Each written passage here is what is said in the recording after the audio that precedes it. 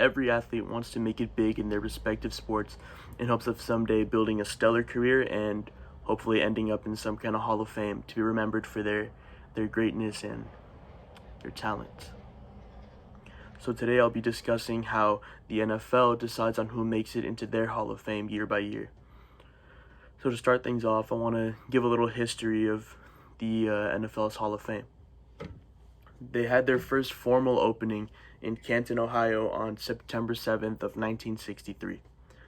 The first ever class of Hall of Famers for the NFL consisted of about 11 players, 5 executives, and 1 team owner.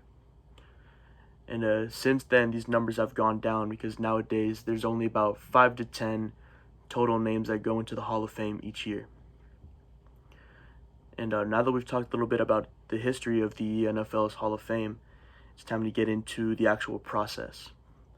So each nominee has to go through a group of about 48 selectors in the committee, and their names originally pop up on a list of 100.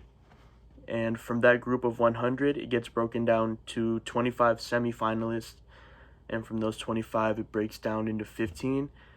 And then from those 15, there's a final 5 to 10 names that go into the Hall of Fame. And each of these 5 to 10 names must have at least an 80% approval rate of the whole committee. So yeah, these numbers usually, they vary 5 to 10, as I stated already. And what these players and coaches get judged on is their impacts on the team, their impacts on the NFL itself, and their fan favoritism, how popular they were, and simple statistics like that. Just having great careers and being great impacts to their teams in the NFL is what gets them in. So now that we've discussed the pretty simple process of how an NFL player makes it into the Hall of Fame, I want to give respect to some of the greatest to ever do it who have made it into the NFL, or made it to the Hall of Fame.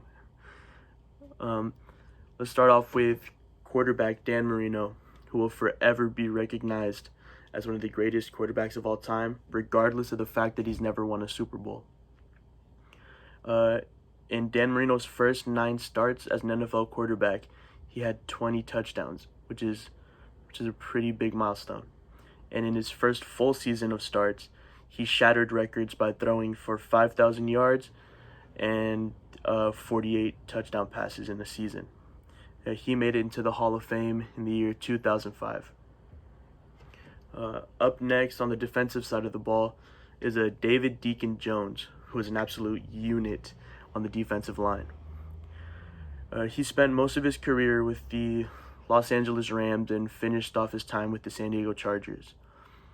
And Deacon Jones is the reason the NFL started counting sacks as an official statistic per game. Jones finished off his career with an unofficial, but most likely true, 173.5 sacks. And he got his nomination in 1980 to go into the Hall of Fame. And last but not least, I want to talk about Jerry Rice, who is arguably the greatest receiver to have ever suited up, even though he wasn't the biggest or the fastest receiver at the time. What separated Rice from other receivers was his work ethic and his abilities to outwork his teammates and especially his rivals.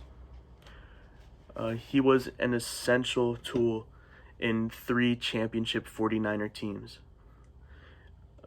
Throughout his career, he was selected into 11 Pro Bowls and was still playing at top-tier level well into his 40s.